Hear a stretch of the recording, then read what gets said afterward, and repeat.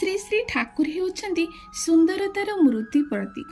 ସତ୍ୟ ଶିବ ସୁନ୍ଦରର ଜୀବନ୍ତ ପ୍ରକାଶ।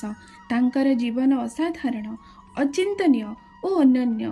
ଦେବୀ ପ୍ରସନ୍ନ ମୁଖୋପାଧ୍ୟାୟଙ୍କ ମତ ଅନୁସାରେ ମହାଭାରତ ପରି କେତେଟା ସର୍ବୋତ୍ତମ ଗ୍ରନ୍ଥରେ ମଧ୍ୟ ତାଙ୍କର ଦିବ୍ୟ ଜୀବନରେ ସବୁ କେତେଟା ଦିଗ ପୂର୍ଣ୍ଣାଙ୍ଗ ଭାବେ ଫୁଟେଇ ତୋଳିବା ସହଜ ନୁହେଁ। ଯିଏ ତାଙ୍କ ଦର୍ଶନର ସୁଯୋଗ ପାଇଛି ସେ ମହାସୌଭାଗ୍ୟର ଅଧିକାରୀ ହୋଇଯାଇଛି। ଶ୍ରୀ ଶ୍ରୀ ଠାକୁର ଥିଲେ ଏଭଳି ଜଣେ ମଣିଷ ଯିଏ ଅବନର୍ମାଲି ନର୍ମାଲ, ଗର୍ଜିୟସଲି ସିମ୍ପଲ ଏଣ୍ଡ ୱାଇଜଲି ଫୁଲିଶ, ଯିଏ ସର୍ବପ୍ରେମ, ସର୍ବଜ୍ଞାନ, ସର୍ବକଲ୍ୟାଣ, ସର୍ବଶକ୍ତି ଓ ସର୍ବ ଅସ୍ତିତ୍ୱର ଏକ ପୂର୍ଣ୍ଣାଙ୍ଗ ଆଧାର। ସେହି ଅନୁପମ ବ୍ୟକ୍ତିତ୍ୱକୁ ଅନେଇ ରହି ବାର ବାର ଉଚ୍ଚକଣ୍ଠରେ କହିବାକୁ ଇଚ୍ଛା ହୁଏ ଯେ ସେ ହେଉଛନ୍ତି ଏ ବିଜ୍ଞାନ ଯୁଗର ଭୌତିକ ଉନ୍ନତିର ଚରମ ଶୀର୍ଷରେ ପହଞ୍ଚି ପାରିଥିବା ଏକବିଂଶ ଶତାବ୍ଦୀର ପରମ ବିସ୍ମୟ।